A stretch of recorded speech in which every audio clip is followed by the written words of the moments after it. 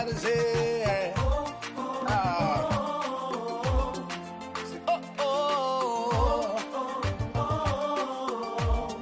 say, how can I express my gratitude for all the many things you've done for me? Words are not enough to say thank you. So Lord, you are my everything. You're my everything. How can I express my gratitude? How can I express my gratitude for all the many things you Father, you done for me, yeah. Words are not enough to say thank you. So Lord, you are, you're my everything. See, I call you Jireh. Lord, my provider. I call you Nisi.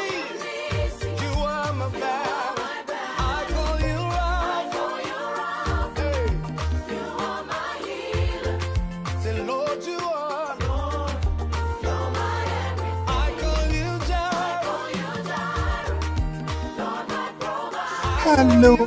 Hello, lovely people. Thank you so very much for giving me the opportunity to come your way this afternoon. It's a Saturday afternoon, 22nd of April, 2023. We have just hit the 16th hour here in the UK, and it's about 15th hour GMT. Lovely people, my name is Owusu Frimpong. I am the host of the program, The Community and the Lord has brought to you live on BWtv, BW Radio, and of course on BWF Solicitors Facebook page, YouTube, and all the social media platforms. Now, today I'm bringing you an answer to a very important question you've been posing all throughout the week. You realize that the past few weeks on this program, we have been looking at how people can come into the UK to work when they have had the opportunity of organizations that have a certificate of sponsorship employing them to bring them from outside of the UK. A few changes that were seen on the Home Office website, especially in relation to the healthcare and the health professional issues, we had that cleared last week. But today, we're going to look at another aspect of the whole situation. How do you bring your skilled worker migrant dependent child to the UK? Family is very pertinent here. Family is very paramount here. So we're going to look at how we can bring the family together when you have had the chance as a skilled migrant worker to come to the UK to work and you get your family to come along with you. So come along with me. Let's go into it live on BWtv, BW Radio, and of course, BWF Solicitors Facebook. And remember, we're doing this here to see BWF Solicitors, our trusted legal partners when it comes to the law. Let's go into it live.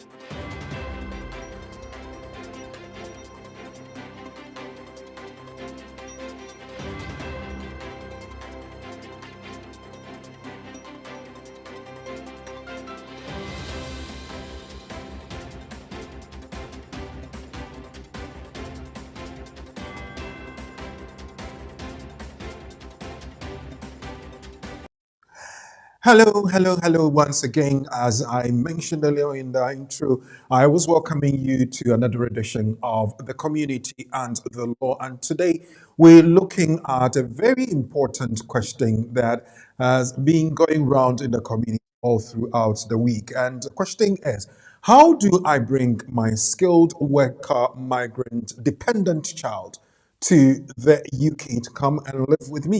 I have had the opportunity to be given an employment contract by a company that has a certificate of sponsorship. And I've come in, I've started working, but I've left my wife in my situation and my children back home. Or we will say in general terms, I've left my partner and my children back home. How do I do that? The sponsorship was given to me. My name is on the contract. Does it cover my family? Does it cover my children? Does it cover my spouse? Who comes under it together with me? These are questions definitely will be bugging you, and we want to answer them today. And The reason, because we have gone, and the reason why, so to speak, we have gone to BWF Solicitors, and I have the honor of introducing my brother, my friend, and my colleague on this program, Lawyer Charles Asmah. Uncle Charles, good afternoon. Good afternoon, Kwaku. Thank you very much for joining us, and I believe things are so well in the week for you. By God's grace, we are keeping well. Well, we thank God for small mercies, and as I've promised my dear viewers and listeners, we're going to have that pertinent question answered for them. So we'll be coming back. So, ladies and gentlemen, that's my guest for today, Lawyer Charles Asmah of BWF Solicitors. Now, when we talk BWF Solicitors, we're talking about the law firm that does everything we need and stay with us right throughout until we get a resolution to whatever we put before them when it comes to immigration issues, when it comes to appeals, when it comes to issues of nationality, when it comes to issues of investing back in Ghana and the rest of it, understanding the law, both here in the UK and back in Ghana. You are able to do that because BWF Solicitors is your trusted partner. Call them Monday to Friday. They work between 9 a.m. and 6 p.m. On the fourth floor of the Anna House, 214 to 218 Tottenham High Road, London N15 4NP. The telephone number is 0208 493 7340, 0208 493 7340, or 077 127 61884, 077 127 61884. Now, before we go into all the other nitty-gritties, let's take these messages. Say thank you to BWF Solicitors. I have a few announcements for you and right into the discussion. We'll be right back. This is our world. Here we are in our community. There are the laws. There are the regulations. We have BWF Solicitors. BWF Solicitors, experts in all aspects of the law, family law, civil litigation, all immigration and nationality issues, representation in court, marriage and divorce. We pride ourselves to give you excellent legal services and follow through till we get you the right result and decisions. That is our mutual satisfaction. We have a team of excellent qualified solicitors and support team to help you every step of the way.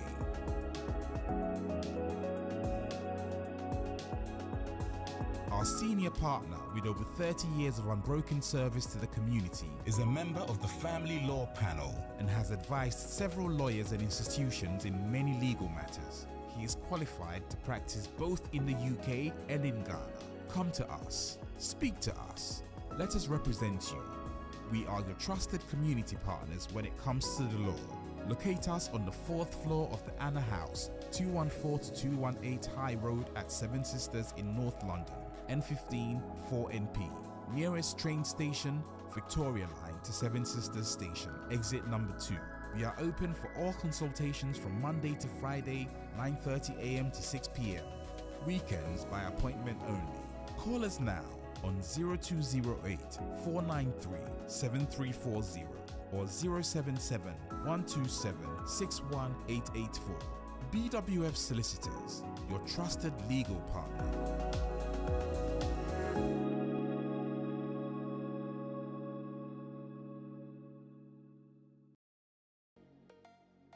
Welcome to City of Favor Estates, developed by Sarenano and Sons Company Limited. Located in Tema Community 25 extension off the Tema Aplau Road. City of Favor Estate offers 2, 3, and 4 ensuite bedrooms on 118, 138, and 178 to 190 square meter lands, respectively, to give you the needed space. Our gated estate homes are designed with you in mind and have all the necessary amenities located in a serene environment with security. You too can be a homeowner at a price that suits your budget with flexible payment terms. Choose City of Favor Estate for peace, comfort, and safety. Reach us on 0542 563 250 or 0243 235 518.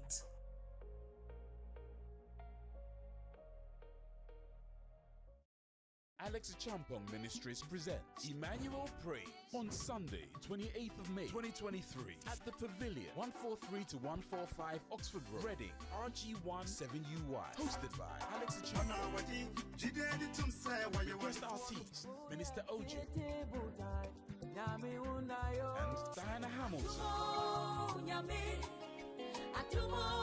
Doors open at 5. Tickets are £25 single, £40 double, £50 VIP, which includes a VIP seat, parking space, meet and greet with the artist, pictures with the artist, VIP snacks and drinks, and the £15 concession rate for children from 4 to 16. Get yours on alexichampong.com or call +44 744 741 7321. Emmanuel Praise with Alex Champong, Minister OJ, and Diana Hamilton. Come praise the Lord with us.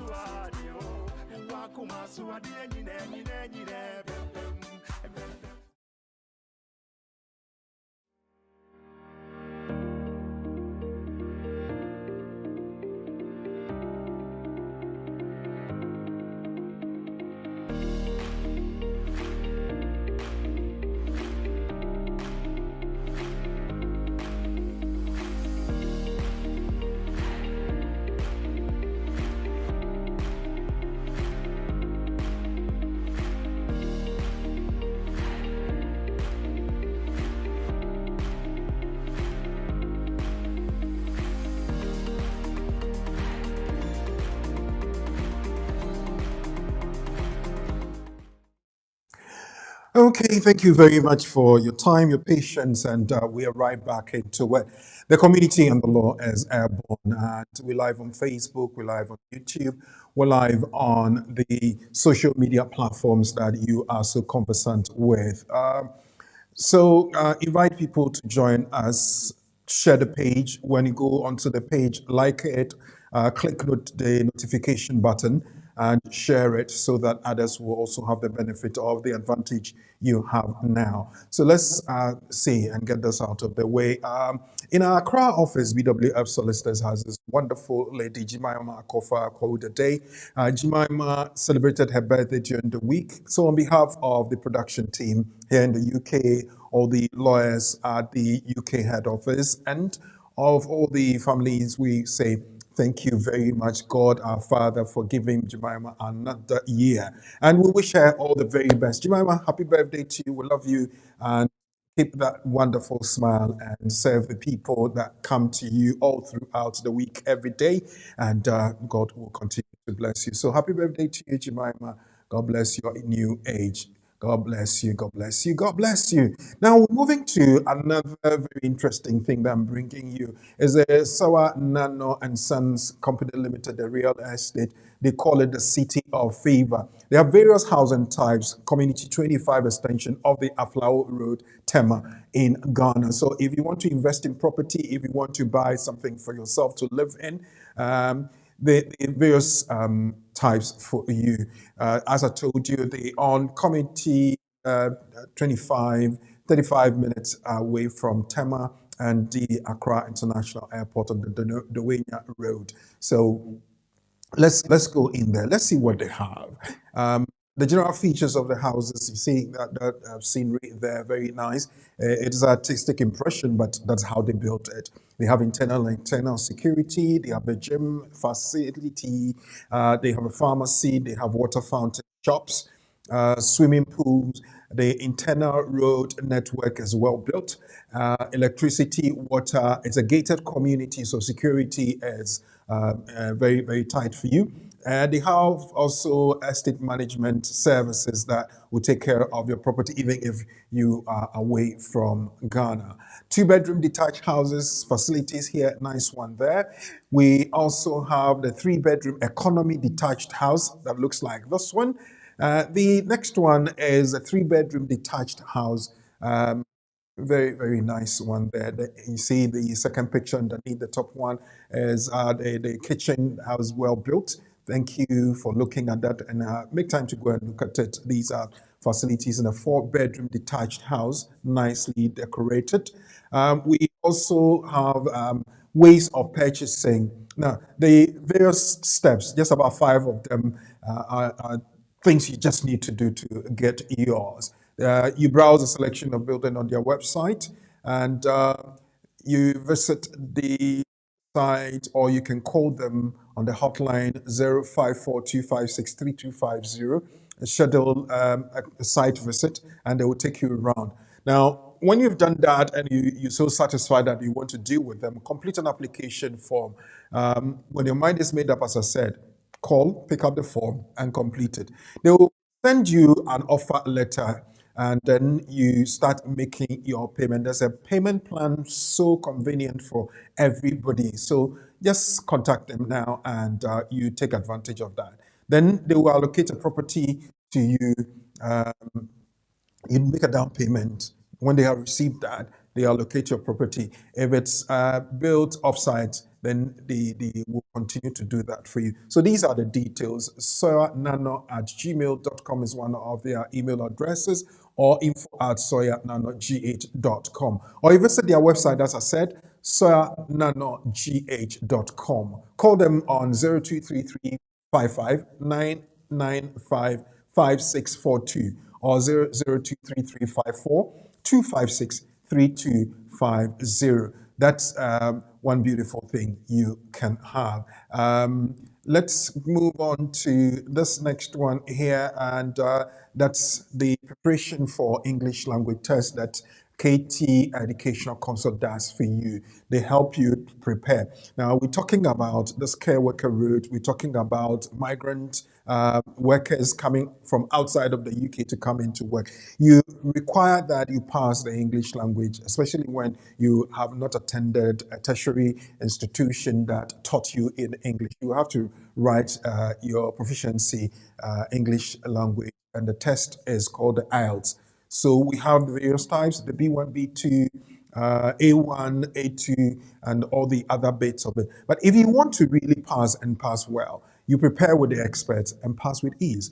Contact KT Ed Educational Consult for your training, tuition, and strategies. 07596 620 07596 620 or 07512 644 041. So Katie will help you do that. Now, on the 28th of May, the last bank holiday in May, it's a Sunday, the Emmanuel Praise team is bringing you Alexi Champon, Diana Hamilton, and Minister OJ in a wonderful musical concert in Reading, and that's titled Emmanuel Praise. It's happening at 6 p.m. sharp at the Pavilion, 1432145 Oxford Road, Reading, RG17. You can get tickets, £50 VIP, £40 double, £25 single, and £15 for children. Tickets are available at www.alexichampon.com, or you can call 07447 417321 07447 417321. Yours truly will be there with you, so make a date and let's meet there to praise God. And this concert is raising funds to support the purchase of medical equipment for hospitals back in Ghana. Okay, so once again, happy birthday to you, Jemima. God bless you. Let's look at the nuggets, and I'll bring in Lawyer to help us look at that. We're talking about active recruitment, active international recruitment. Those of you who were with us on the program last week, Lawyer took us through some of the definitional issues and the scenarios that are available on the Home Office website, .gov.uk. There was a definition of what active international recruitment is, and I think by extension, Lawyer may want to tell us why we have picked this particular one and why I want you to have a look at that. Now, let me do a read of it quickly, and Lawyer will do the explanation.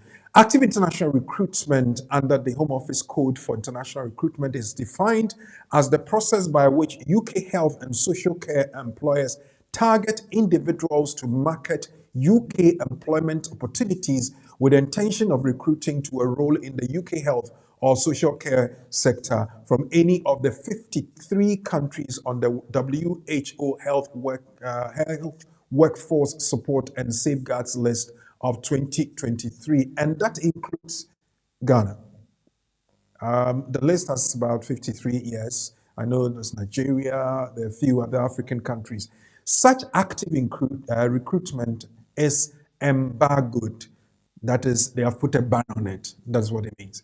However, UK health and social care businesses can still recruit through a direct application, which is when an individual makes an application directly and on their own behalf to an employing organization. Code of Practice for the International Recruitment of Health and Social Care Personnel in England is where we quoted this one from, and you can find it on the .gov website. And with that, let me ask my brother, my friend, lawyer Charles Asmah, to come in and help me understand this particular bit that has been introduced. Hold on, let me quickly get lawyer out of here. Okay. Right. Okay. Yeah, I've got him now. Thanks, my technicians, for helping me do this. Lawyer, good afternoon once again. You're muted.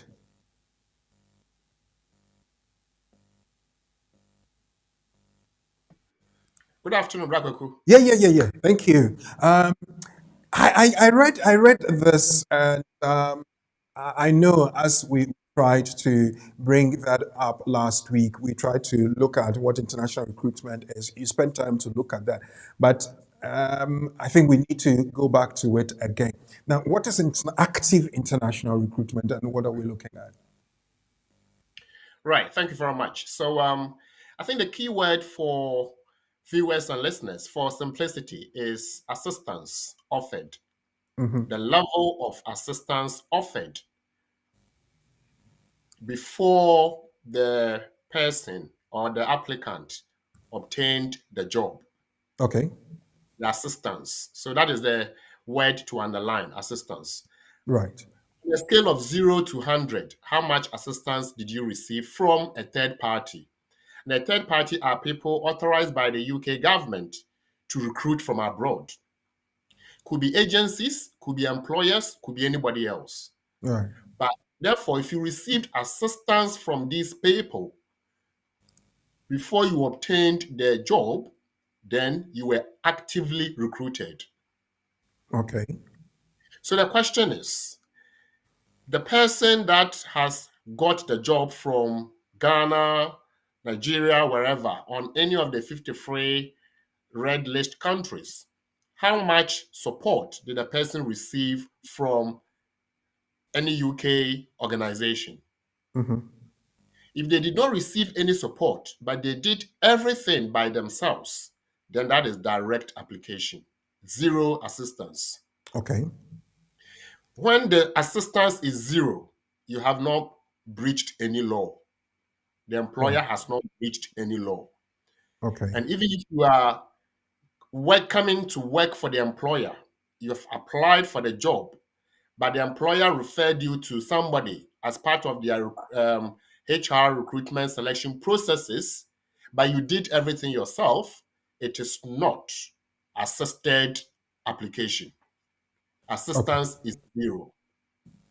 Right. So even if there are chains or there are intermediaries might be that they contacted you to set up the interview process. Mm-hmm. It might be that they screened your CV to make sure that your your details and your certificates and all that match the person's specification and the job description. Right. But everything else, you did it yourself. And as part of recruitment, we have to go through process. So somebody may have to set up Zoom interview meeting. Somebody will have to receive your CV and screen and make sure that they match it against the job spec and the job description. Somebody will have to call you for this, for that. Somebody will have to make sure that you have complied with internal criminal checks, police report, and all that. If they did all that, they are not assisting you. They are just checking your documentation. Okay. So if the assistance is zero, there's no active recruitment. If the assistance is 1% up to whatever percentage, there is some active recruitment. So Right. So the question probably I'll pose is, if for instance I have an organization that could not assist but check some of these things for me, making sure that the direct application I have made is correct. But then the person advertises himself or herself as, this is a service I offer. So you can come and I'll help you do your direct application.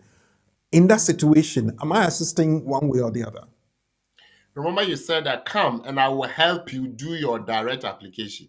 Mhm. If you are helping the person to do the application, then you are helping them. The word is help. Okay. But if the person found a job, made the application on their own, Right. and sent through their documentation, and somebody picked it up, to the applicant, the person who picked it up works with the employer. Mhm. But if somebody else says that I am the person recruiting you, I Right. want to make sure that this is there. I want to make sure that this is there. I want to make sure that that is there. It's more or less they are fronting it as opposed to the applicant fronting the process. Okay. So for us, I think the simple understanding is if somebody, if you are making an application for a job in the UK, you have done the application, somebody calls you to say that, please by next week, Monday, 2 p.m., you're going to have your interview as part of the recruitment process. So make sure you have all the facilities in place for the Zoom interview. That is part of the process. They are not assisting you. They are just following the recruitment process. But if somebody contacts you to say that I have this job for you or I have this job available, and they literally do most of the things for you, and all you do is just wait, then it's more or less somebody is getting it done for you as opposed to you doing it yourself. So the question is, how will anybody know, or how will anybody challenge the fact that I made the application and I was selected, I went through the process, and I'm here? It's as simple as that. The process is there, you follow the process. So there's a presumption that the person is making their own application. Unless the presumption can be rebutted or it can prove otherwise, that the person did not make the application directly, then that is the position at direct application.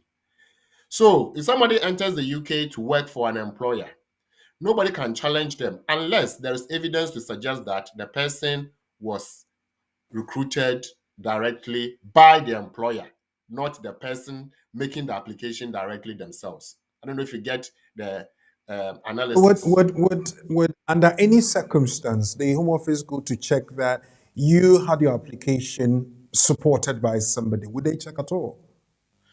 So let's look at two scenarios. Scenario number one, if I need a job, I'll look online and apply. I may not have evidence of where I saw it, but I will have evidence of me applying and response coming through. Mhm. That's point one.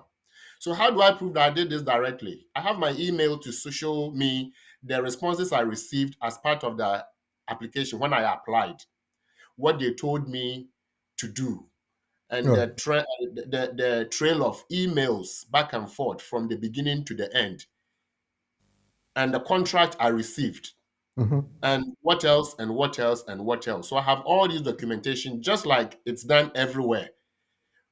So the difference is that your interview will be online, whilst if you were in country, your interview may be face to face, but you applied yourself.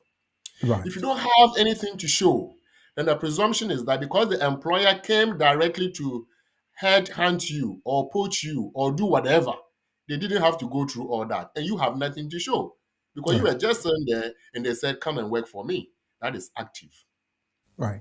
Okay. But So and these issues definitely will come up, and as I've mentioned to our various users, our target audience, listeners, our viewers, in the past few weeks, we have been looking at the situation where people can come outside of the UK into the UK to work under the sponsorship, licensing, and the rest of it. And I know some of these questions will be coming. But today, there's one particular thing that we want to look at. And we'll just, when I've taken the break, come back to the topic and ask that family is of the essence here. I have had the opportunity to go through the recruitment. I've been successful. I've been offered employment. Then I leave my family and come here. Question is, does it cover any of my family members? It's a whole big topic, but before then, I want to say thank you very much to BWF Solicitors for your time, BWF Solicitors for your support and your sponsorship. We'll be right back. So, Lawyer, we'll come back and delve straight into the discussion. Thank you. This is our world. Here we are in our community.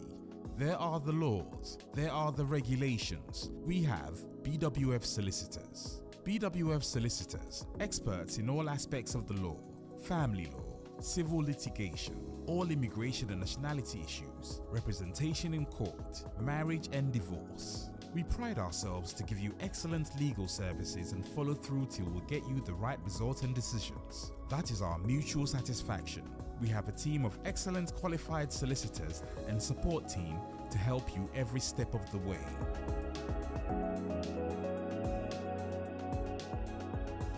Our senior partner, with over 30 years of unbroken service to the community, is a member of the Family Law Panel and has advised several lawyers and institutions in many legal matters.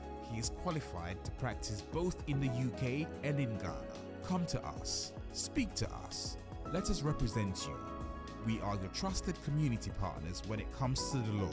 Locate us on the 4th floor of the Anna House, 214-218 High Road at Seven Sisters in North London, N15 4NP. Nearest train station, Victoria Line to Seven Sisters Station, exit number 2. We are open for all consultations from Monday to Friday, 9:30 a.m. to 6 p.m. Weekends by appointment only. Call us now on 0208 493 7340 or 077 127 61884. BWF Solicitors, your trusted legal partner.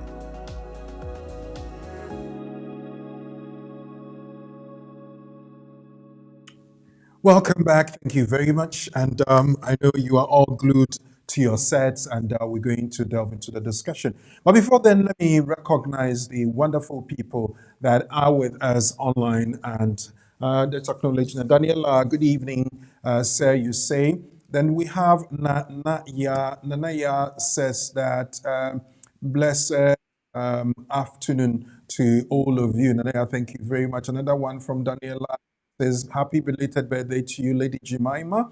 And we move to the next one. Another one here says, my great brother, good evening. It's been ages. Jimabwachi, yes, where have you been? I know you are there, and let's get in touch.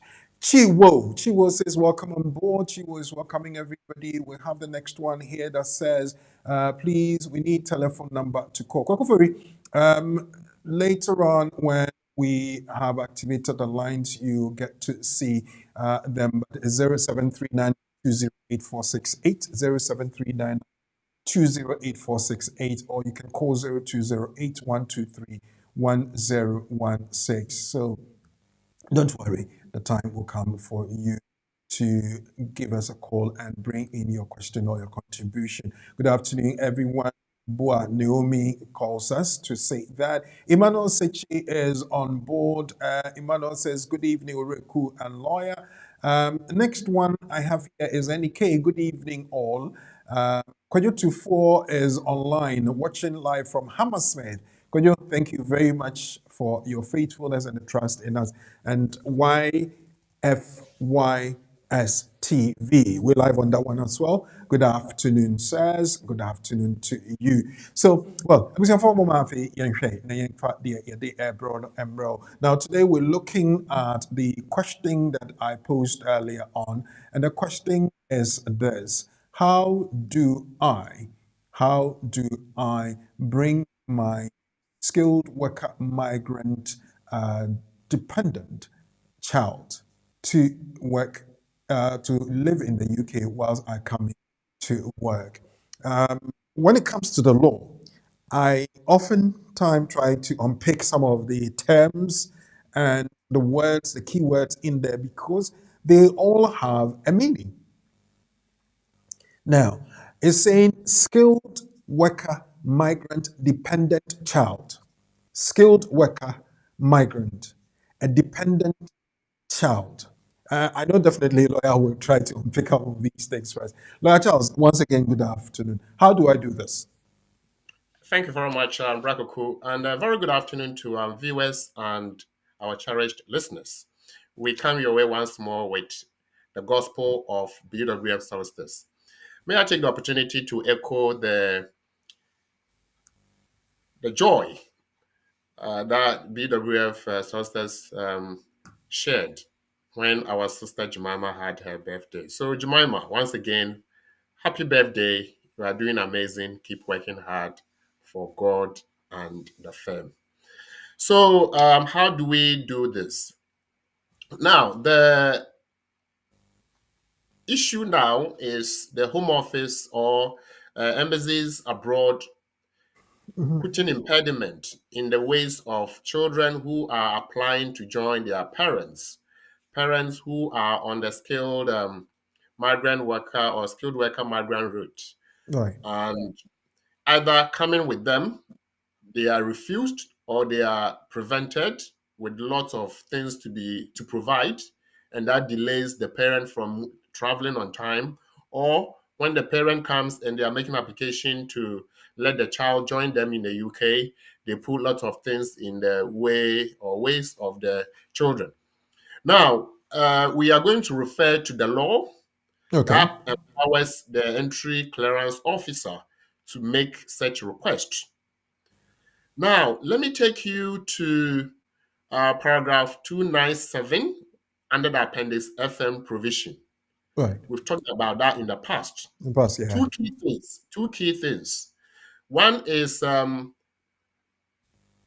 Part E, which talks about sole responsibility. And sole responsibility now, every active listener on this program understands sole responsibility. And we've also talked about the part F of 297 for children applications, which talks about serious and compelling family circumstances. Right. That makes the exclusion of the child from the UK undesirable. So you can see that it's child-centered. Now, both limbs are child-centered because sole responsibility means prove that you are the only person who has the right or power to make a decision to relocate the child to another country. Mm-hmm. Then the second part says that even if you have the power to make the sole decision of where the child should live, show that it is in the child's best interest to be relocated from where they are to another place. Right. These provisions have been transposed into another provision that gave birth to the Skilled Worker Program. Okay. Skilled Worker Program has its own provision. We call that Appendix Skilled Worker. Okay. The one I mentioned is Appendix FM. Now, Appendix Skilled Worker. Appendix Skilled Worker, you are the skilled worker migrant. Mm-hmm. You have directly made an application to a UK employer. You have been selected and granted COS or Certificate of Sponsorship. You've made your application and you are going to work abroad. Now, being a skilled worker migrant, you are going abroad with the intention to settle. That's the intention of the provision. Okay. The intention to settle. That means you are not going on holiday and returning to your country to be with your family. Laura, if you don't mind, let me just unpick this. If you say that the person has the intention to settle, now the person may be giving a 2-year work permit, a 3-year work permit. Does the period come into the definition of being settled? So it is not the person that has the intention to settle. The provision has intention for the applicant to settle. Okay. The law intends for the skilled worker migrant to settle in the UK if they continue to follow the provision of the law. Okay. And because of that intention of the law that the applicant will, if they choose, settle in the UK, Mm-hmm. conclusion is that they are not going to return any soon. Okay. If they are not going to return, then we can presume that if they have family, they may, if they like, bring their families along. Right. Having understood that point, the question is, how do I prove that these are my family members? Okay. So the law allows for your partner to join you or go with you at the same time if they choose, Mm-hmm. and also your children. This afternoon's conversation is more about children than the About partner. children than partners. Okay. Yeah. Focus is on children.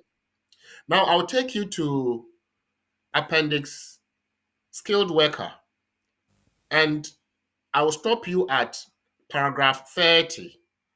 We take a step to 31, and we take another step to 32. So those paragraphs are very important because they tell who a child is, Mm-hmm. and in terms of relationship, and in terms of sole responsibility, and in terms of compelling and exceptional family circumstances. Right. Therefore, relationship and being a child, Mm-hmm.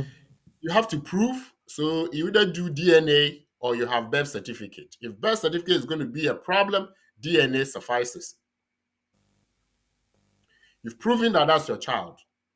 The next stage is, how do you prove that this is a child? So this is the applicant. Mm-hmm. But because the applicant is a child, the parent, skilled worker, migrant will be the one doing everything for the child. Okay. So the parent has to prove that this is a child. And the definition under the provision is that the person must be under 18 years. And if they are over 16 years, they are not leading independent life or formed families of themselves or of their own. Okay. So we know that this is a child because under 18, no family, no independent life. What is independent life? You live your life without depending on anybody for survival. That's independent life. Okay. So you are working, you are taking care of yourself. That means you don't need your parents in your life. Then we say you are leading it. So you may, even though you may be a child, because you are leading an independent life, you will not qualify under the provisions. But most of the children we encounter or that the skilled worker migrant seek to join them or to live with them as to be together as a family are children. So we're not bothered about independent life, leading independent life. You're also not bothered about formed your own family. So they are not married. So how do I prove that apart from my child being a child, my child depends on me in terms of everything? And here we are talking about decisions, Mm-hmm. sole responsibility. So you see, sole responsibility argument has come again Has because come the law again. Yeah. was Mm-hmm. lifted from 297 and planted under this provision. And the key thing is child-centered approach. Right. Anything to do with children, they want to make sure that the person who is seeking to bring the child has power to do so. Mm-hmm. Uninterrupted power. Okay. What is uninterrupted power? You are the only person who can make that decision and nobody else. You don't have to consult anybody. The moment you have to consult anybody, then your power is interrupted in a way. Interrupted. Yeah. So, how do we prove it? You are a single parent. Yes. Single parent means that the father or the mother, depending on who the skilled worker migrant is not in the picture. How do I prove that the father or the mother, the other parent, is not in the picture? If they are dead, death certificate. If they are nowhere to be found, you have to prove over the period whether you are the only person involved in the child's life. Right. So, progressive family photos showing that you and your child have been together throughout. Or, in addition to that, school report. So, you see, back to that conversation, school report, anything. How do you prove it? Because it's your story. You are saying Okay. that I'm the only parent. And they're also saying that no, there might be somebody else. It might, even on the child's birth certificate, it is indicated that the child has a father. But you are saying that the child, you are the only person in the life of the child. Mhm. Then prove that even though the name is there, the name was just put there for formality's sake, and that you are the only person in the life of the child, whether as a father or as a mother. If you're a mother, where is the other person, the original father or the biological father? So school reports, Mhm. hospital evidence, all that you have to have as part of your documentation. Right. So that's the sole responsibility argument. Mhm. We move on to compelling exceptional family circumstance argument. Sometimes they will raise it, other times they don't raise it. But they have the right to raise it because it's within the law, under the provisions. So Okay. when they raise it, they will ask you, why don't you leave the child to live where they are living? Because they appear to be okay anyway. But you see, that I mentioned that the intent of the law is that the skilled worker migrant would want to settle one day, because the Mhm. law allows them to settle. Right. So if I'm going to settle and I have left my child elsewhere, common sense will tell me that I should bring my child to live with me if I At didn't bring least them. to make sure the family is intact. But the caseworker or the law, again, child-centered approach, says that if it is not broken, don't attempt to fix To it. mend it. Yeah. So if the child is okay where they are, don't disorientate their life by taking them elsewhere. Mhm. Therefore, you have to prove that it is better to bring them to stay with you here in the UK than to leave them to be where they are. How do you prove it? Where they are living, maybe there are issues. The person who was taking care of them or the person you left the child with is giving you a hell of trouble. They are not able to do it. They are not well. They are not keeping an eye on the child. The child is involved in so many other things. And because of that, the child's life is getting affected. So there is imminent harm.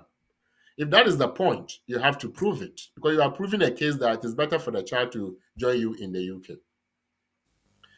Now, the next thing is for you to prove that when the child joins you in the UK, their life will be okay in terms of accommodation. So you have to prove that accommodation is in place.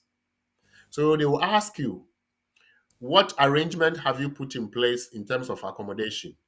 So if it's a case that you are already in the UK, you can give tenancy agreement showing where you are living. And therefore, when your child joins you, your child will also be okay.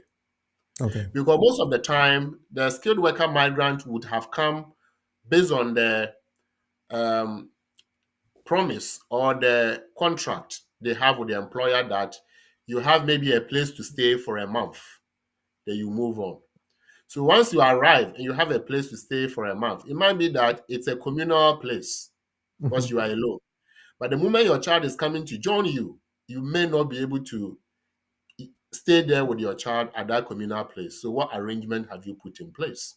Right. You have had tenancy agreement. You can use that to meet the accommodation requirement because Okay. you are bringing your child to But live. I think if I could just take a step back and ask, you mentioned it that there might be temporary arrangements for you, so you leave your family behind, come to settle in before you bring them back to, or you bring them to join you. But in a situation where the employment contract, or you let your employer know that I've got my family, my wife, my partner, and my children with me, and I want to come together with them and do or start life all over again here in the UK, because, as you said, the intention of the whole thing is that whoever has the license or the permission or the permit to work may stay and settle. In that situation, why do I have to prove all these things that X is my son, Y is as my daughter, I have accommodation at X and Y address and the rest of it? Because my employment contract wouldn't have stated that. Why would they even challenge some of these things from the start? Right. Your employment contract will not indicate whether you have a son, or in other words, will not indicate children that you have. Okay. The employment contract only spells out your terms and conditions as an employee of that employer under the terms of the sponsorship. Right. You have made a decision for your children to join you. The employer may say that if you are bringing your partner or dependent with you, I'm happy to meet the maintenance for you at the initial stages. Okay. But because you're already working, the maintenance wouldn't be a problem because you are working, and therefore you'll be able to take care of yourself and your child. And there's evidence that you'll be paid a certain amount, isn't it? Exactly. You have your pay slips. So they are not going to pick maintenance up as an issue. No. Okay. Okay. There are the key thing, even accommodation, they won't pick it up so much that where is the child going to live? You always say that, oh, the child is going to live with me at this address.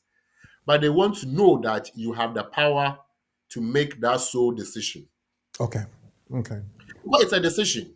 And this is what we call specific issue matter. The specific issue is where the child should live. Whether they should live in the country where they are now, or they should live in the country where their mother or father has relocated to. Okay. So if you are making, if that decision is to be made, then we have to involve both parties. And the two parties in the life of the child are mother and father. That's the presumption. Yeah. Otherwise, we have to rebut that presumption by saying that, yes, even though two, but it's actually one. Because of this, and that. And that this, and that, whose responsibility will that be to prove? Naturally, it will be the person that has the employment contract, isn't it? Exactly. The person who is making application to bring the child. That's right. Yeah. The skilled worker migrant has to Okay. prove that they have the sole responsibility to make such decision about where their child should live. Okay. And if you're able to prove that, the caseworker may not have any leg to stand on. Right. But if you're not able to prove that, the caseworker will stand because they are going to rely on the law to say that the law says X, Y, Z. And therefore, because you have not able to provide X, Y, Z, we think it is not in the best interest of the child to live where they are to live with you. Or it is not in the best interest of the child for you to propose that they should come and live with you and not the other parent. Right. Okay. Third reason, the third intent of the law, which brought about all these safeguards, is child trafficking. Okay. It is easy for anybody to say that this is my child and therefore I'm taking them away. And therefore, if the safeguards are not in place, children's lives will be in danger. So, all the law is asking migrant to do for their applicant children is to prove that, one, this is not about child trafficking because I have the sole responsibility and my child welfare is my interest as well. As And well. therefore, if I'm Okay. living here, my child should live with me instead of living elsewhere. But you can see that it is not a case of word. It's more about documentary evidence or proof. Okay. For example, if you have sole responsibility or you are a sole parent, is the court aware? If the court is aware and you have been given sole custody, then you have an order that gives you sole responsibility, for example. or the other parent is dead. That means you are left alone to take care of the child. That is also high level sole responsibility evidence. Or the other parent is nowhere to be found. But how Mhm. do you prove that the other parent is nowhere to be found? Then everything should be in your name in terms of the child's life. School, hospital, even church will have to vouch that you attend the church with your Mhm. child. You've been attending for the past 5, 10 years. They have never seen you come with the child's father, and they know that the child father has never been in the life of the child because counseling was given, and they got to know that this is it. And since then, blah blah blah blah blah blah. So you can see that the letter from the church even has to be set out in a way that will Right. support the argument that this is somebody with sole responsibility. Somebody has just thrown in a question here, and I believe it's appropriate. Maybe I put it out to say that documentary evidence is the name of the game. So, does it mean that the caseworker would have no discretion in this because it will be a tick box? If I'm able to meet X, Y, Z, then the answer should be yes. Or they use discretion in this case. Right. There are discretionary visa decisions and Mhm. non-discretionary visa decisions. Right, Discretionary visa decisions are the ones that can easily be refused. Visit visa application. right. That's discretion. Mhm. So they have the power to say, okay, I look if I weigh the circumstance, this person will not return, so I won't give the visa. That's all. But any other visa or most other visa provision routes are non-discretionary. Check box, you can call it, because the Okay, rules are set out. okay. Rule number one: prove that you are a skilled migrant. You have your visa stamped because you have arrived. You can take a copy. You have your COS issued, you take a copy. You might even have started working, so you have your pay slip from the employer. You may Mhm. even have gotten a letter from the employer to confirm that you're actually working. You may even have contract of employment with the worker. So that alone, five evidence. Okay, You move on to the next one. So are you a skilled worker migrant? Yes, ticked off. Evidence is there. Is this your child? That's relationship matter. How do I prove it? Birth certificate is there. Is this the mother or father? Yes, ticked off. Even if they don't believe it, and you back it with DNA. DNA is sacrosanct. That's it. They can't then say, well, we don't believe this birth certificate. So is this your son? Yes. Or your daughter? Yes. DNA proof. Mhm. No discretion. We move on to the third one. Right. This is your son. We know. This is your child. Prove that this child is under 18. Passport copy of the child shows that the child is under 18. Prove that the child is not leading independent life. The child is not leading independent life because they are in school, maybe. okay. Prove also that the child who is coming to live with you doesn't have anybody in their life to decide where the child should live. So responsibility. Mhm. If you leave it open, it becomes discretionary for the caseworker. Right. But if you tighten it up with your evidence, then the caseworker is also tied to make that discretionary decision. Lawyer, there's a Because, question where, sorry, if you wanted to land on the point, you finish with before I come in with my question next. Can I go ahead? oh yeah, go ahead, please. Okay. Now, I am a migrant worker, and I have a salary that have been promised in my contract. I have children. I have about 3 or 4 children that I want to bring along together with my partner. They will be looking at the financial requirements for me to meet before I can take care of these number of children. If my promised salary, annual salary, does not meet that requirement, would they refuse the entry application for my children? Right. So usually the rules set out that there should be maintenance. But skilled worker maintenance criteria is very, very, very, very, very easy. Okay. So if you are bringing your child and you are already working in the UK, then you can prove maintenance, or at least you receive more than £1,000. Okay. Now, because this is your child, the child doesn't have to show their own bank statement or bank statement. If it was your partner and your employer has not vouched for, then they will have to prove it. But your employer might have even vouched for your dependent in terms of maintenance, or you are already working and therefore doing your income and expense. We can conclude that you have some money left after your salary to be able to take care of your child. And therefore, even if becomes a critical argument, case law position, the case of Ahmed, can be invoked to say that the person receives enough, and therefore after their expenses, whatever is left is more than what somebody in the UK receives on benefit Okay. for themselves and for their child. So as I said, the maintenance argument is not something for the caseworker. The main thing for the caseworker is sole responsibility, and that is where the trend is going.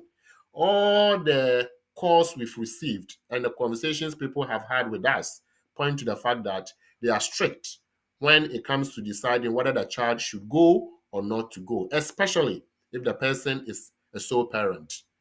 If they are together, both parents are together, one is here, the other is coming, and the other is bringing the children, they will only raise the argument and you have to set it out as part of the application. And both parents must sign. And they Okay. call it consent form. Right. But when the other parent is not in the picture, don't rush to provide consent form. Because you have said that the other person is not in the picture, so who signed the consent form? Illogical, isn't it? That's right. Yeah. So sometimes they will ask you, let the other parent sign the consent form, but you have already pointed out to them that you are a sole parent. So if the other person is able to sign the consent form that, yes, they want the child to go, then in terms of serious and compelling family circumstance, they will also say that, well, it's better for the child to stay with the other parent who has provided consent because the child has lived with them. And therefore, if one parent is not there, the other one is there. Well, if you just joined us, you live on BWtv and live on BWF Solicitors Facebook page, BWF Solicitors YouTube, and we're discussing bringing dependent children of migrant workers to live in the UK. The question is, how do I bring my skilled worker migrant dependent child to the UK? Lawyer Charles Asmah, our resource person, and our guest from BWF Solicitors is doing justice to that question. You can join us via text 07950422780, or you can call us on 0208-123-1016, 0208-123-1016, or 07399 07399208468. You can also send in your question or your contribution to the platform, and Lawyer will be kind to do justice to that by addressing that. I've asked a couple of questions, I've had a series of them, and I know you also have yours, but I may not have it, so you would have it. Put it on the platform, put it in the chat, text it to us, or call us now and get to ask the question. Lawyer Charles Asmah, as I said, is our resource person from BWF Solicitors. This is our world. Here we are in our community. There are the laws. There are the regulations. We have BWF Solicitors. BWF Solicitors, experts in all aspects of the law, family law, civil litigation, all immigration and nationality issues, representation in court, marriage and divorce. We pride ourselves to give you excellent legal services and follow through till we'll get you the right result and decisions. That is our mutual satisfaction. We have a team of excellent qualified solicitors and support team to help you every step of the way.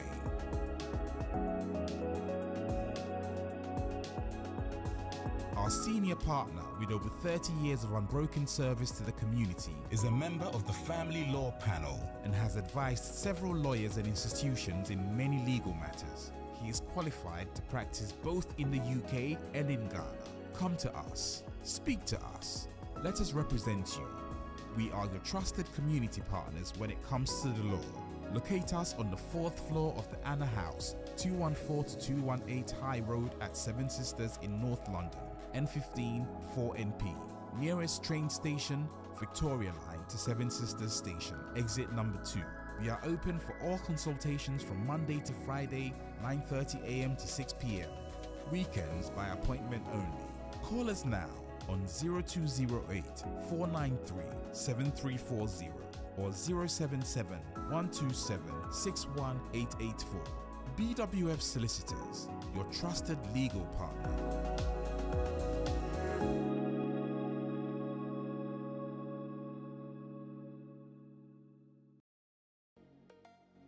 Welcome to City of Favor Estates, developed by Sarenano and Sons Company Limited, located in Tema Community 25 extension off the Tema Aplau Road. City of Favor Estate offers 2, 3, and 4 ensuite bedrooms on 118, 138, and 178 to 190 square meter lands, respectively, to give you the needed space. Our gated estate homes are designed with you in mind and have all the necessary amenities located in a serene environment with security.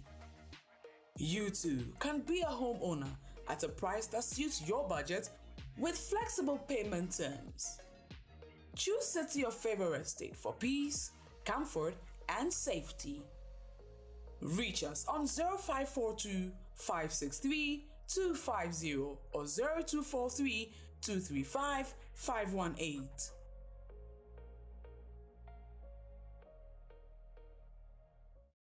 Alex Champong Ministries presents Emmanuel Praise on Sunday, 28th of May 2023 at the Pavilion, 143 to 145 Oxford Road, Reading, RG1 7UY. Hosted by Alex Champong. Guest artist, Minister OJ and Diana Hamilton. Doors open at 5. Tickets are £25 single, £40 double, £50 VIP, which includes a VIP seat, parking space, meet and greet with the artist, pictures with the artist, VIP snacks and drinks, and the £15 concession rate for children from 4 to 16. Get yours on alexichampong.com or call +44 744 741 7321. Emmanuel Praise with Alex Champong, Minister OJ, and Diana Hamilton. Come praise the Lord with us.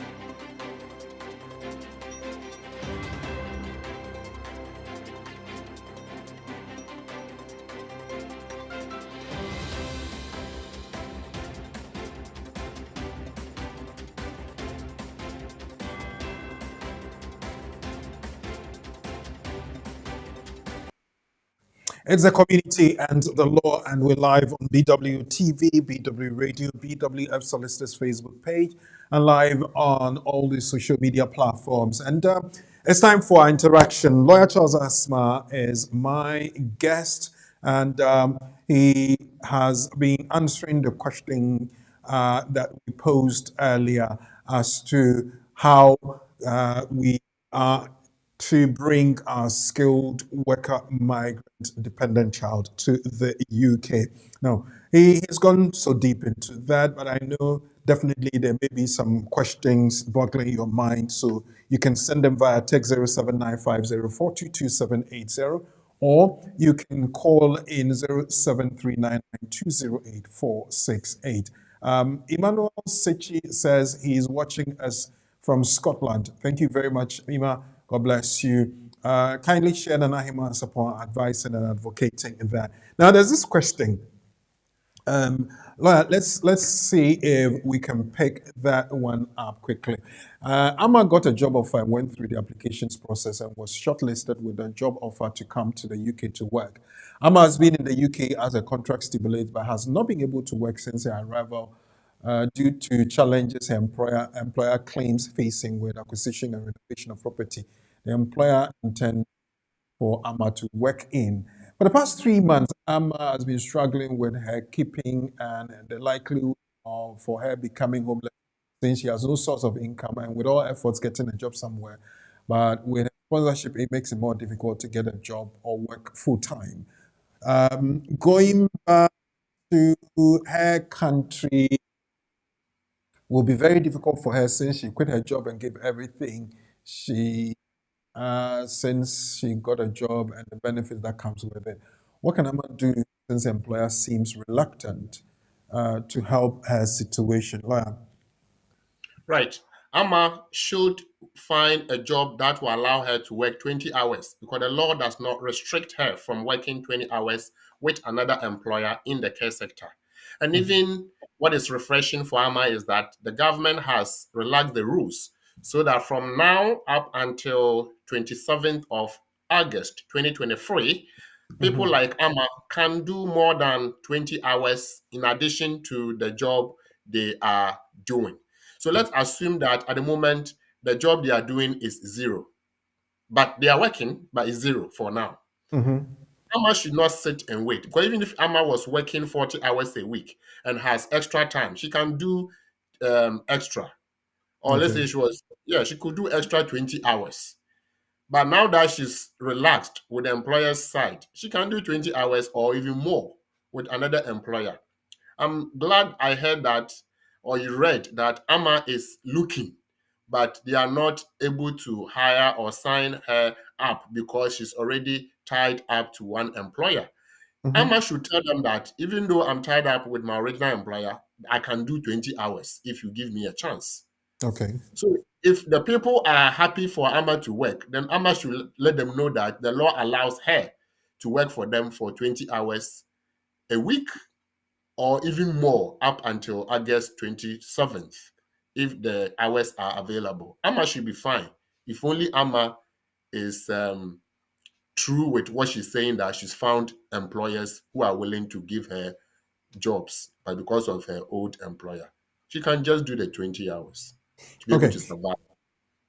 Well, I know earlier in the week we had senior partner talking about the opportunity for other workers, construction workers, plumbers, and the like to come to the UK. Now, somebody has brought in this question, and I've just picked it up for us to look at. I've watched a video on YouTube about how to sponsor construction tradesmen to the UK, which is very interesting. My question is, can you register a business in UK and obtain UTR number while still employee on a salary? Yes. Straightforward like that. It's a simple question. The law allows you to set up a business in the UK. And for tax purposes, you'll be given a UTR, which is unique tax registration number. Registration number. Okay. So in this case, the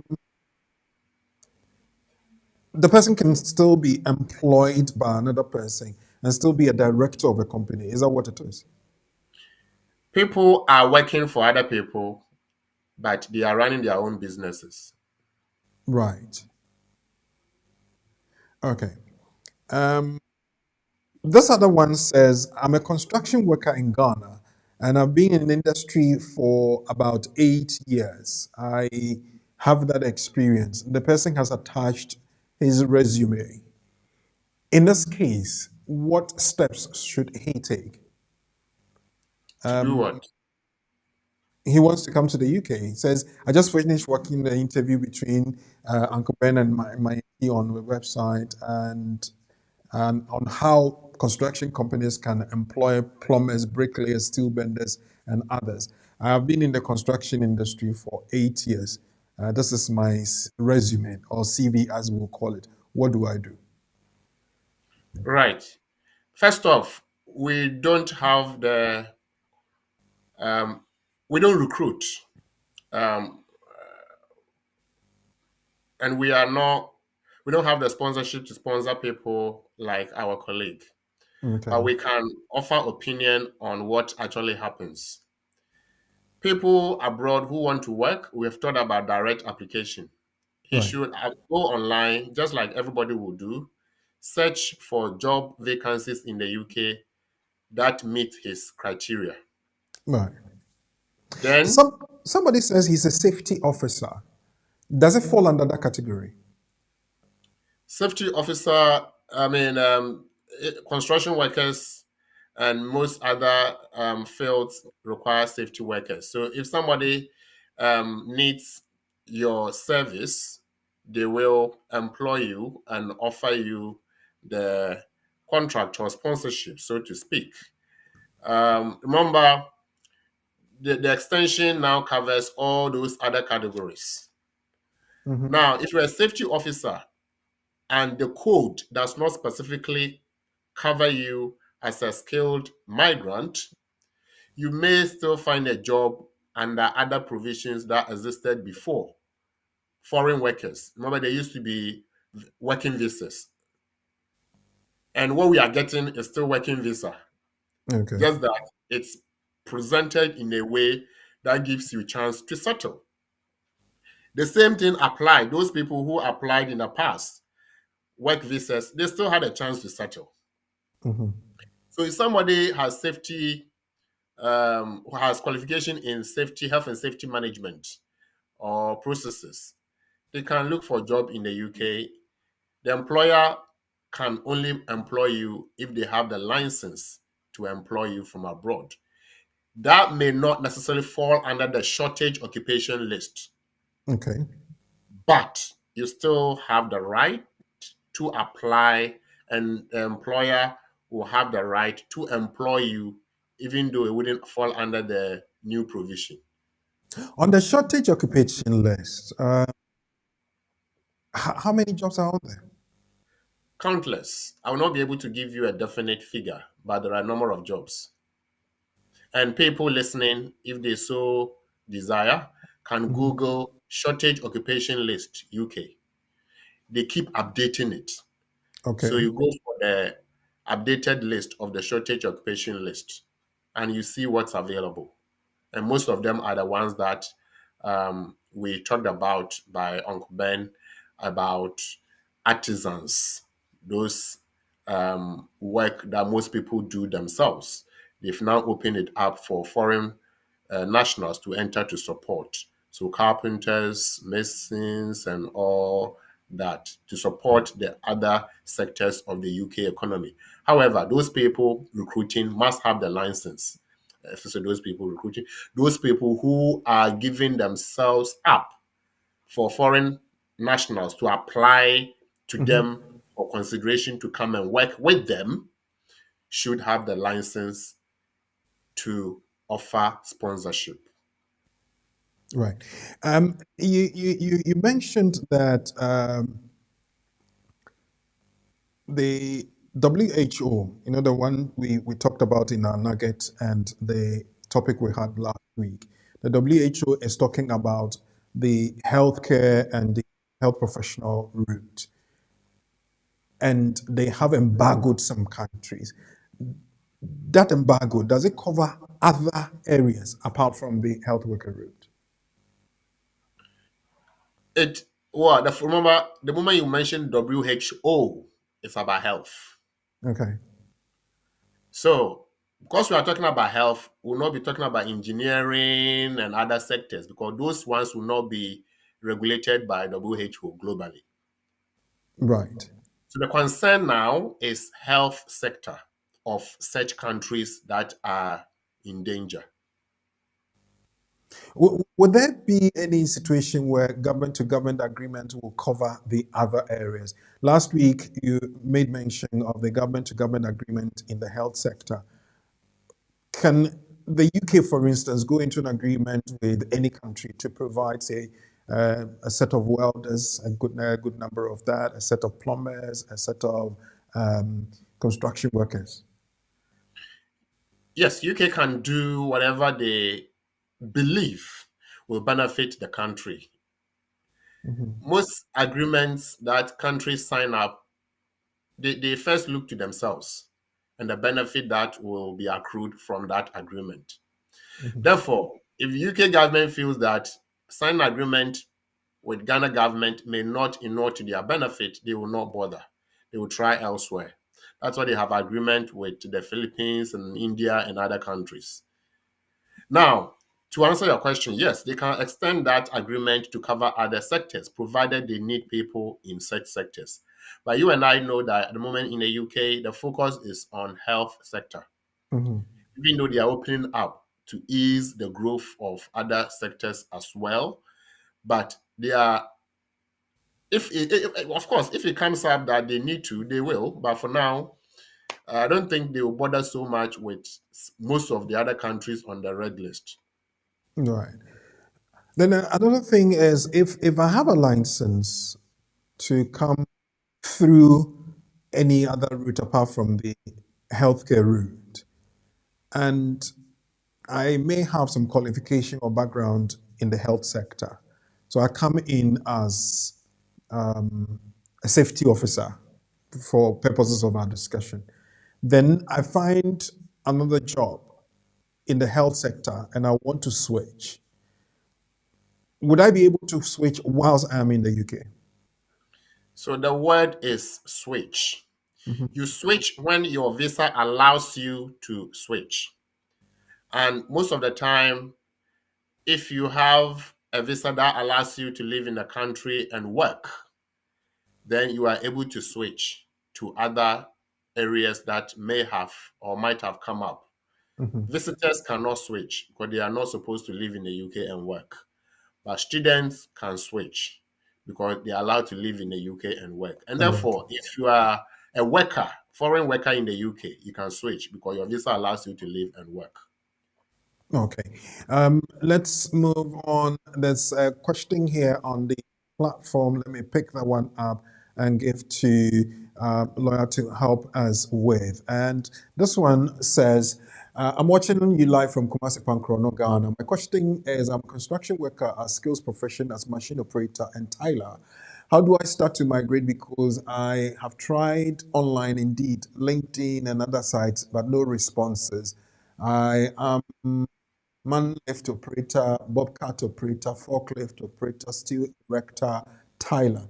Oh, you're a man of many skills, aren't you? Lawyer, any advice you give to our dear friend? So a friend can go online and type forklift operator jobs in the UK or any of the list of qualifications that he has set out. So he can try one after the other. Google is able to search everywhere and bring something up. If Google is able to bring him number of companies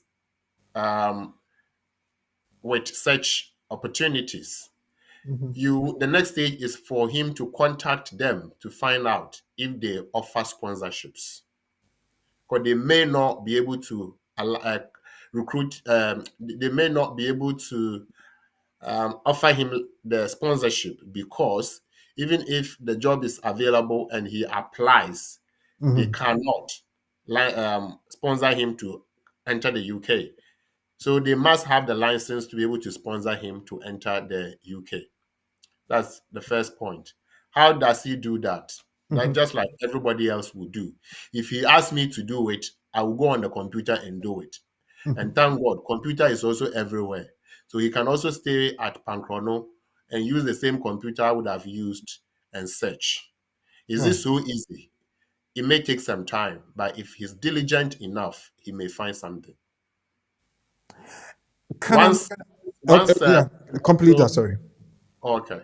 Once we also hear about employers who have such licenses, just like when we know about health sector employers who have the license to sponsor, what normally happens is that it becomes open, people know that the company has license, and therefore the company will also make the job available.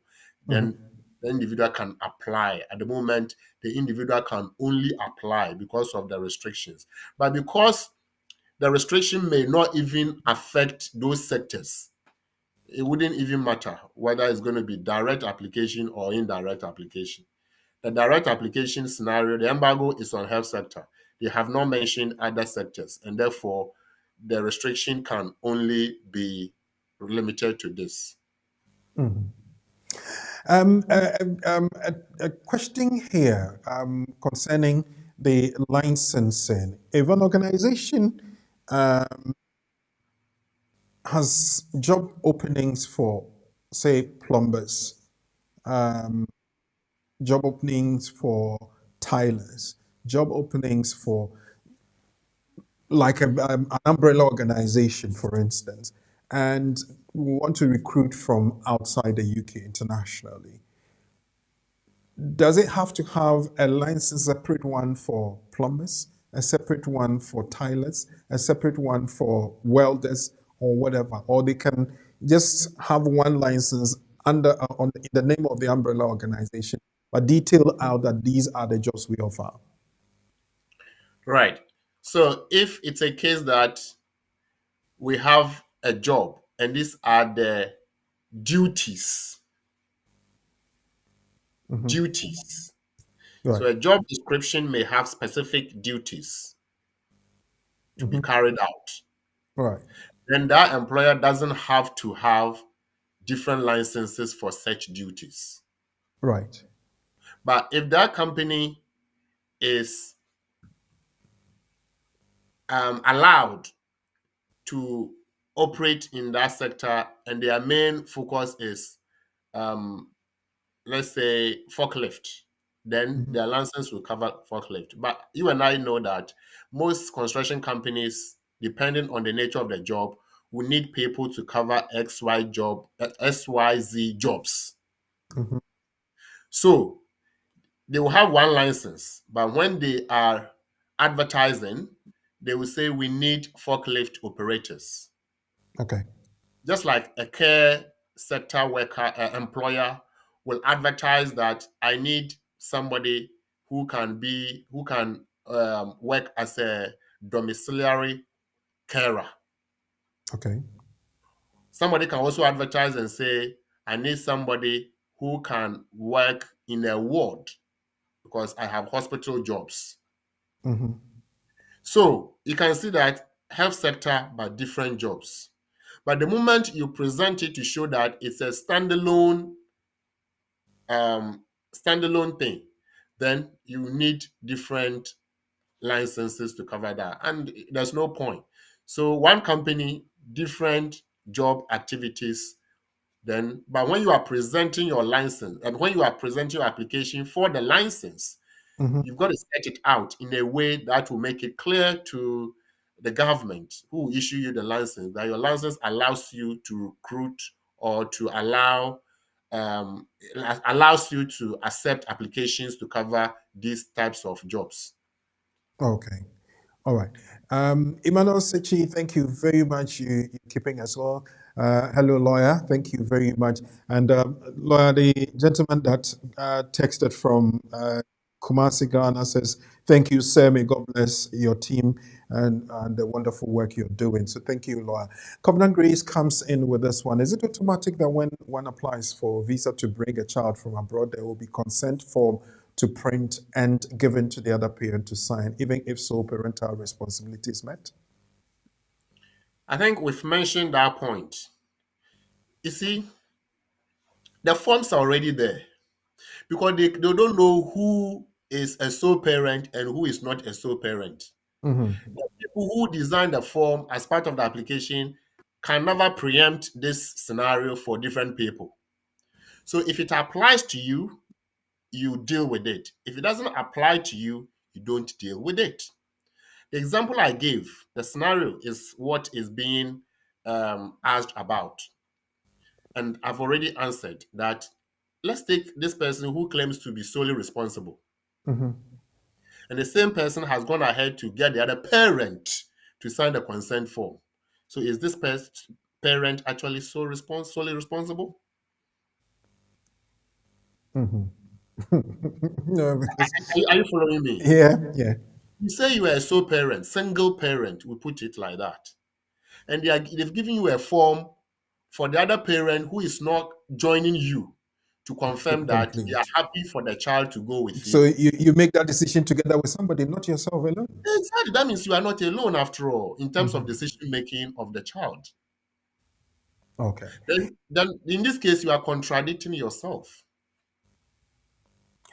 Let's go to this one from Emmanuel. Please, do you need an English language test before you can apply for indefinite leave to remain if you are on the 2.5 year parent route? Indefinite leave to remain is a standalone application. So we don't have different routes. That means you've traveled the length of your journey, whether under 10-year route, 5-year route, or whatever, you've finished with it. And you are moving on to settlement, which is indefinite leave to remain.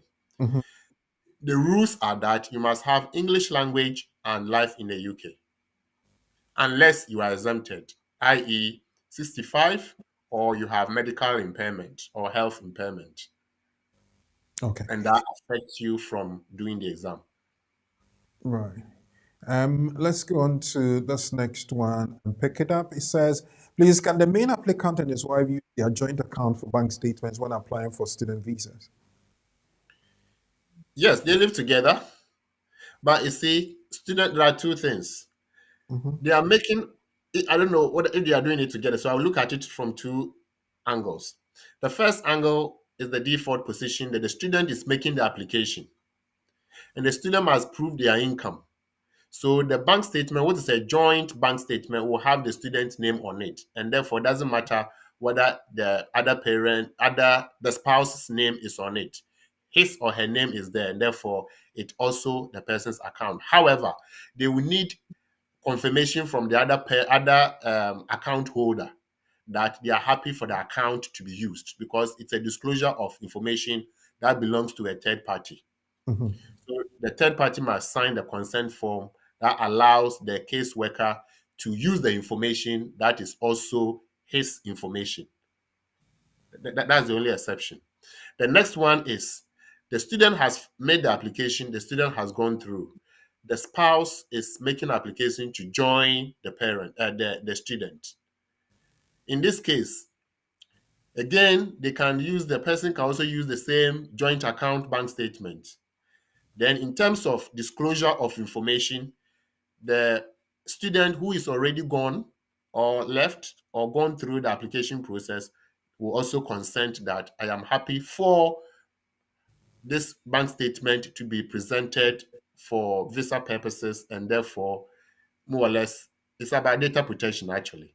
Right. Consent to use somebody's information. So if you're a student and there's joint account or joint bank statement, there should be third-party consent form signed.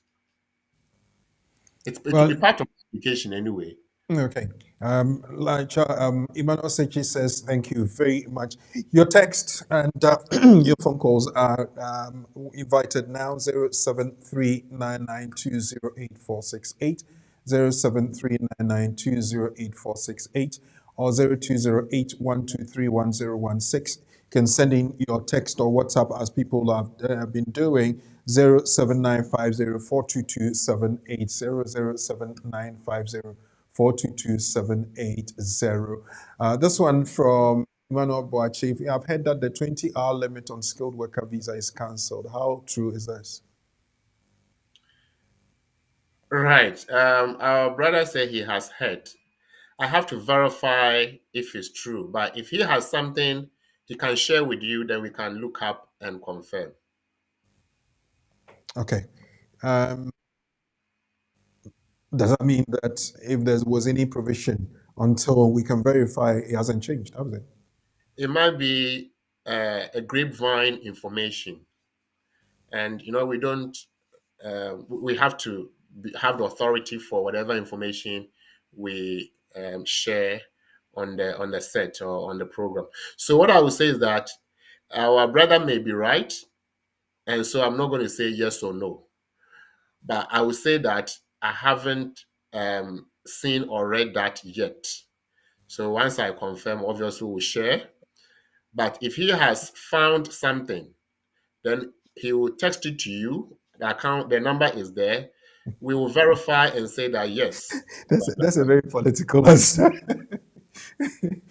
A very political answer is stating the same. But my friend, if lawyer has said anything, he would have told us. So if you have it, share it with us. Other than that, I think we'll stay with the status quo. When here says, hello, is sending money to your child's upkeep enough proof that you play a role in their life? The child lives with the other parent in Northampton and the applicant lives in East Sussex. This is for switching from the 10-year route to the 5th year or the 5-year one. What are the basic requirements for such a switch? Is that what? So is it the parent switching or the child switching? I suppose is it the parent switching? Um, I think so. But well, he didn't state it actually. if the parent is switching, I suppose this parent had their first application under direct access provisions, where they said that they have a child, but they don't live with the child, but the child is in their life and they support the care of the child. Mhm. So if that's the case, before, I'm sure they didn't meet the rules under the 5-year provision because they couldn't maybe show that they have passed the English and this and this and that. Now they are working, they can prove the money, they have passed the English, but they want to know, how do I prove the relationship with my child?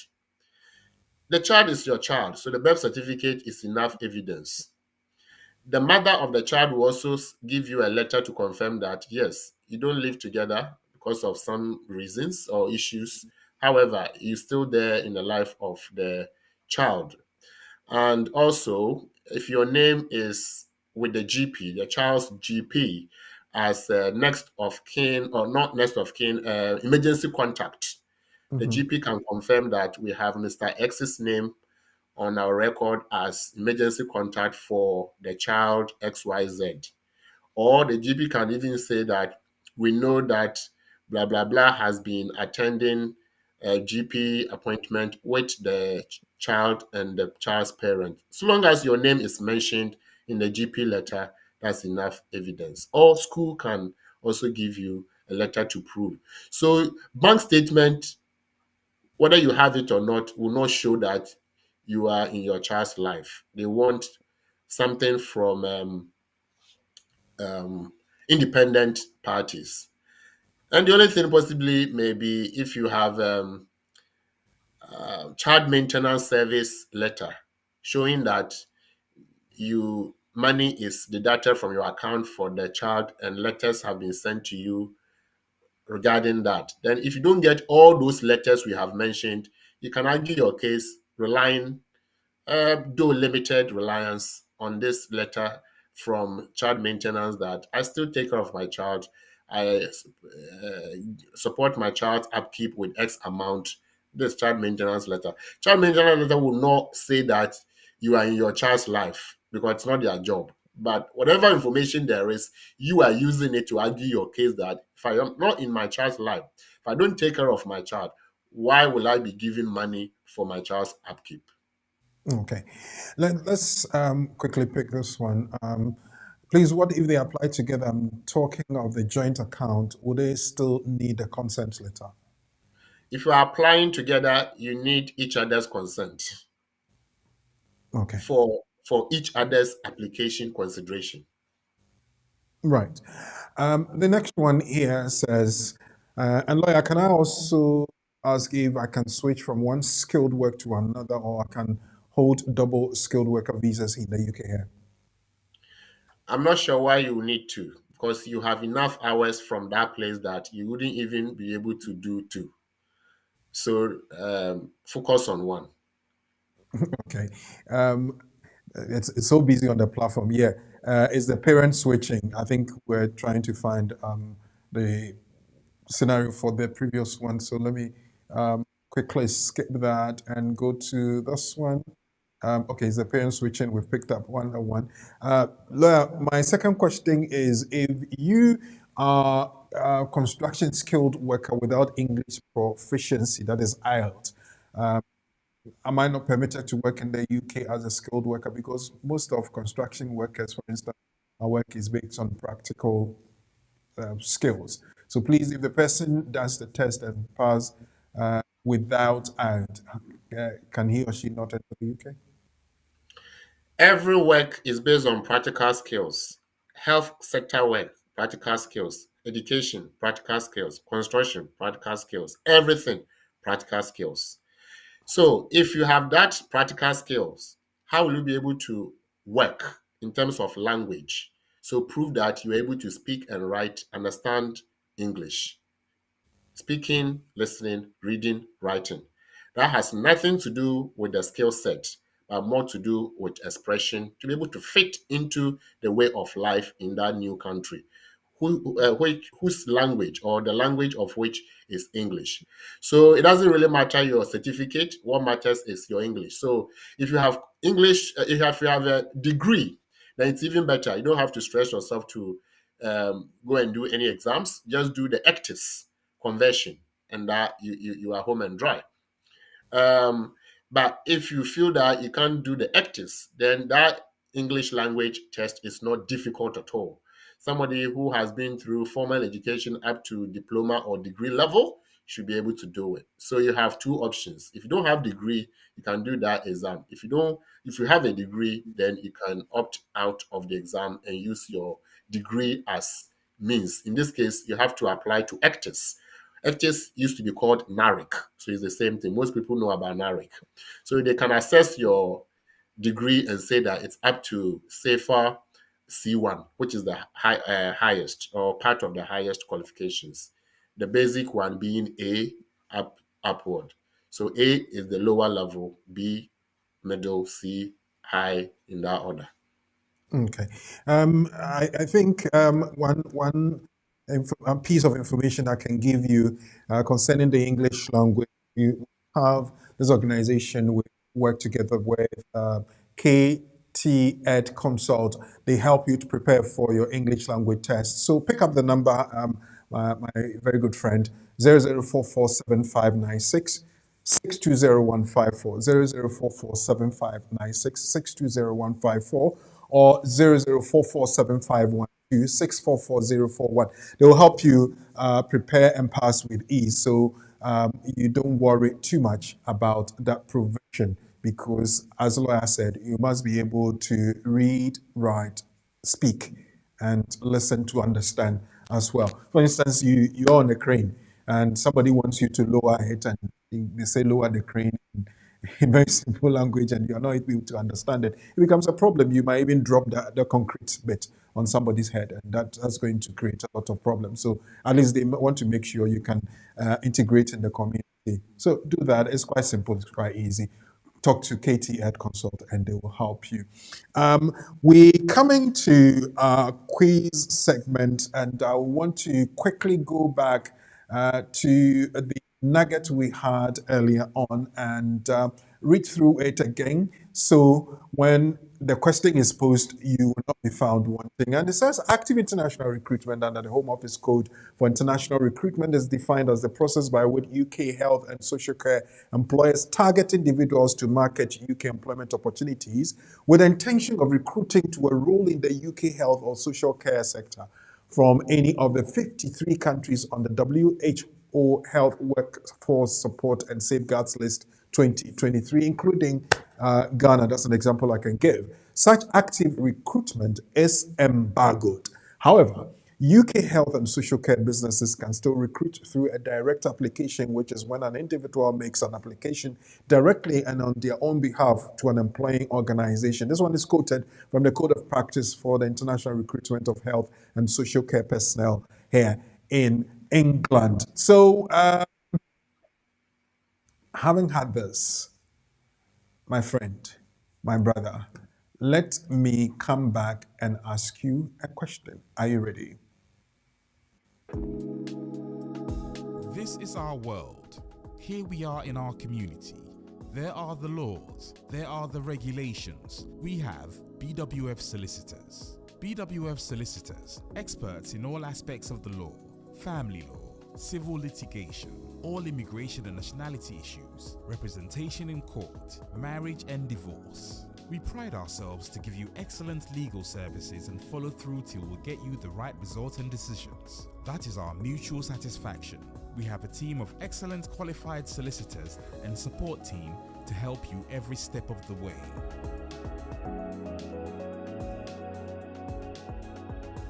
Our senior partner, with over 30 years of unbroken service to the community, is a member of the Family Law Panel and has advised several lawyers and institutions in many legal matters. He is qualified to practice both in the UK and in Ghana. Come to us. Speak to us. Let us represent you. We are your trusted community partners when it comes to the law. Locate us on the 4th floor of the Anna House, 214 to 218 High Road at Seven Sisters in North London, N15 4NP. Nearest train station, Victoria Line to Seven Sisters Station, exit number 2. We are open for all consultations from Monday to Friday, 9:30 a.m. to 6 p.m. Weekends by appointment only. Call us now on 0208 493 7340 or 077 127 61884. BWF Solicitors, your trusted legal partner.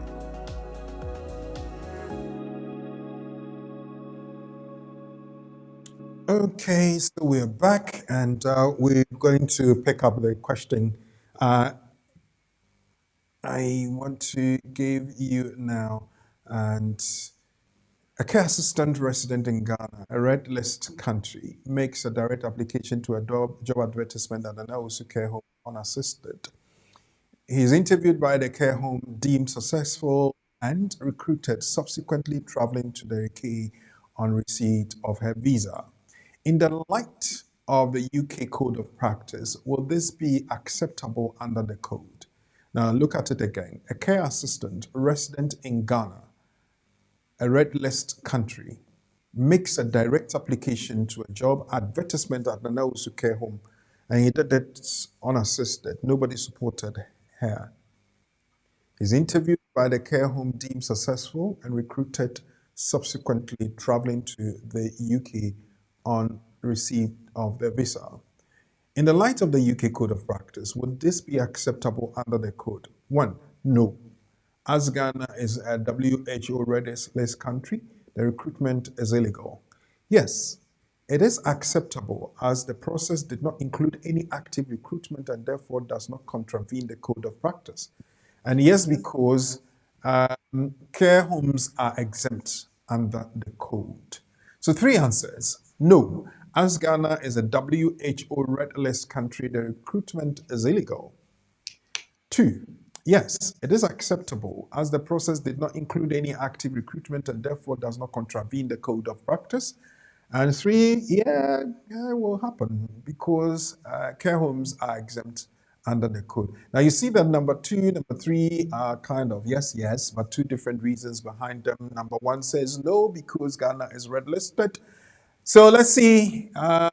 Today is being very participatory on the platform, and I'm so glad and excited about that. Now let's see what this one says. The very first one here is from Sarah Ndede. Sarah says number 2 is acceptable as the process did not include any active recruitment and therefore does not contravene the Code of Practice. Let's see what this one also says. Derek, well, yes, is acceptable as the process did not include any active recruitment. We go to Derek again, comes up with something else. Let's see what Derek brought in. Okay, I think it's the same answer you've provided. Emmanuel Sechi, number 3, yes, because care homes are exempt under the code. The Emmanuel sends in another answer. So you think 2 and 3 are both correct, yes? Okay. Emmanuel says number 2. Okay, now keep them coming through. You can text 0795042278, or you can put that on the platform as others have done. Emmanuel Sechi and all the other bits. Now 2 seems to be the answer that's really pushing high up there. Nana Ya says it's number 2. Okay. Number two, number two, number two, number two. I've had one number three. I have the rest being number two. Now let's see what lawyer will give us. Lawyer, hold on, let me get them to pull you through to get the answer done for us. Well, okay, let me go this way and get you to do that because they're not getting that very clearly for me. Okay, lawyer, what will be the answer? Right. So we have no, yes, yes.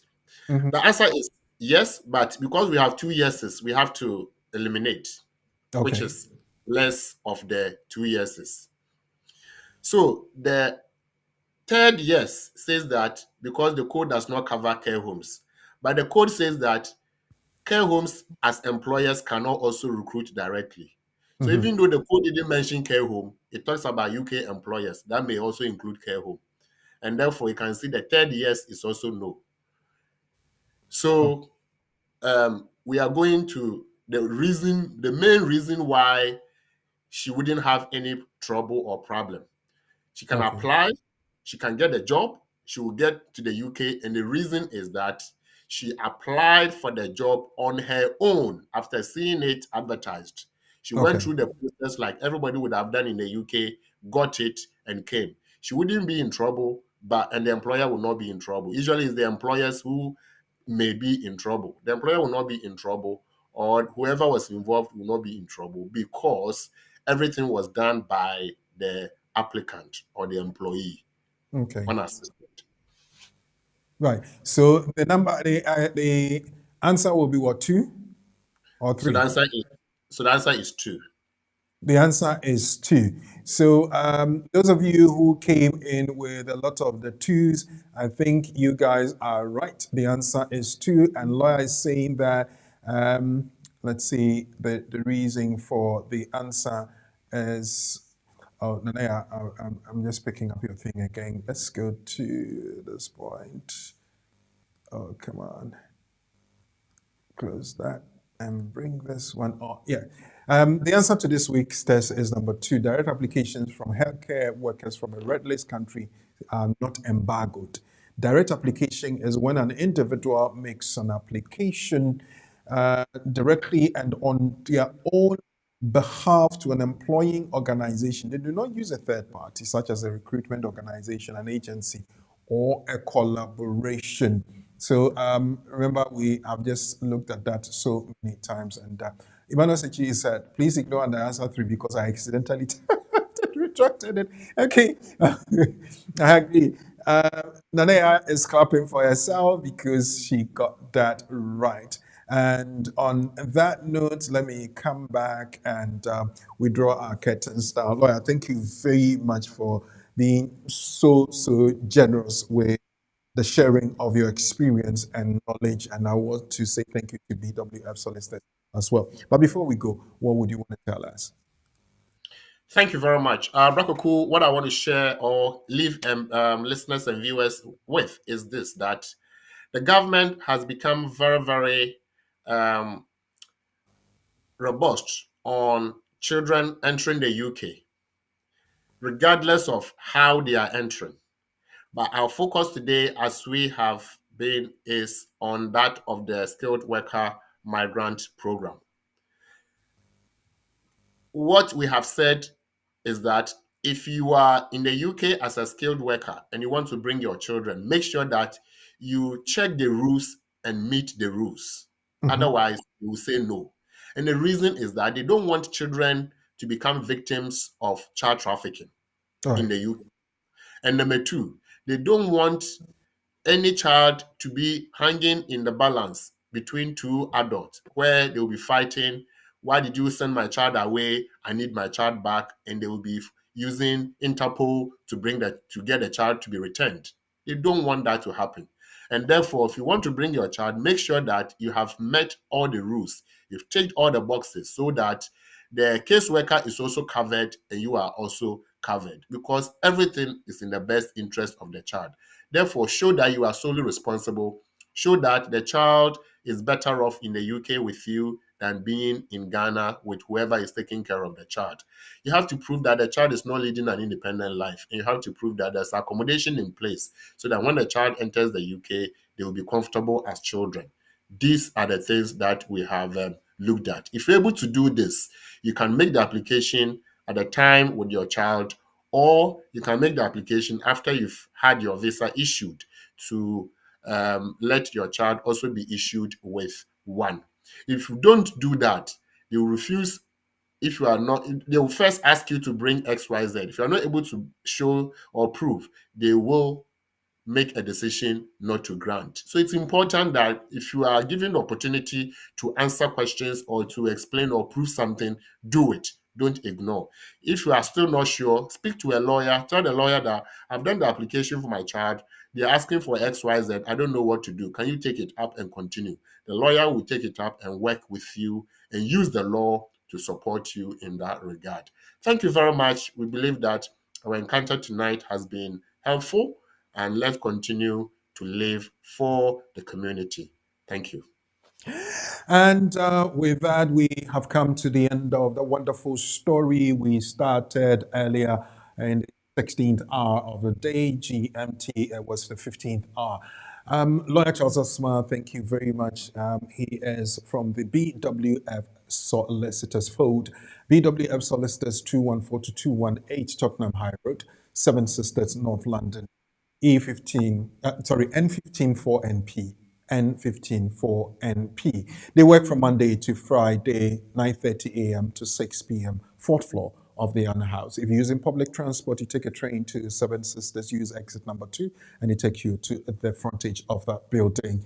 And we are saying thank you to them, and anticipation that same time next week they will be gracious enough again to bring us another discussion. The conversation still goes on. We're living for the community, and when it comes to the law, we trust them to do everything right for us. So on behalf of the production team, I want to say thank you to the BWF Solicitors family and to you out there for having time to, one, contribute, listen, stay with us, sharing the page, liking it, and of course, inviting others to come and join us again. So ask them to join us same time next week, 16 hours BST and 15 hours GMT, same time next week. My name is Kwaku Owusu Frimpong, and I want to say thank you on behalf of Sheila Ankara, Padmo Dodu, and all the production team and manager, the one and only Professor Ade. My name once again, Kwaku Owusu Frimpong. Have the very best of the rest of the period, and please be good. The Lord be with you until we meet again.